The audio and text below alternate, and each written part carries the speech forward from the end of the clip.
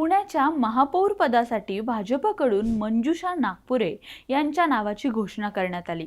तर उपमहापौर पदासाठी आरपीआयचे परशुराम वाडेकर यांच्या नावाची घोषणा करण्यात आली आहे। भाजप शहराध्यक्ष धीरज घाटे यांनी बैठकीत या नावांची घोषणा केली आहे। पुण्याचे महापौर पद सर्वसाधारण गटातील महिलेसाठी राखीव झाल्यानंतर महापौर पदासाठी रंजना टिळेकर, वर्षा तापकीर आणि मानसी देशपांडे यांच्या नावांची चर्चा होती, पण अखेर मंजुषा नागपुरे यांची निवड झाली। पुणे महानगरपालिकेची निवडणूक मैत्रीपूर्ण लढली गेली। देवेंद्र फडणवीस, अजित पवार यांच्यात झालेल्या चर्चेनुसार महापौर उपमहापौर पदाची निवडणूक बिनविरोध होईल ठरले होते। त्यामुळे या निवडणुकीत उमेदवार दिला जाणार नाही अशी माहिती राष्ट्रवादीच्या नेत्यांनी दिली होती। त्यामुळे प्रभाग क्रमांक 35 सन सिटी माणिकबागच्या नगरसेविका मंजुषा नागपुरे यांची महापौरपदी बिनविरोध निवड झाली असून सध्या बिनविरोध नगरसेवक ते बिनविरोध महापौर असा त्यांचा प्रवास चर्चेचं कारण बनतोय।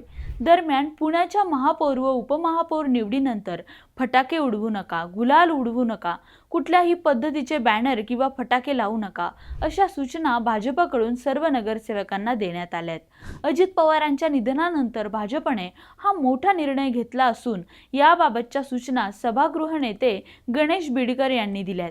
तर मंजुषा नागपुरे यांच्या निवडीबद्दल तुम्हाला काय वाटतं ते कमेंट करून आम्हाला नक्की सांगा। आणि हो, आमच्या इंस्टाग्रामला फॉलो करायला आणि यूट्यूबला सबस्क्राईब करायला विसरू नका।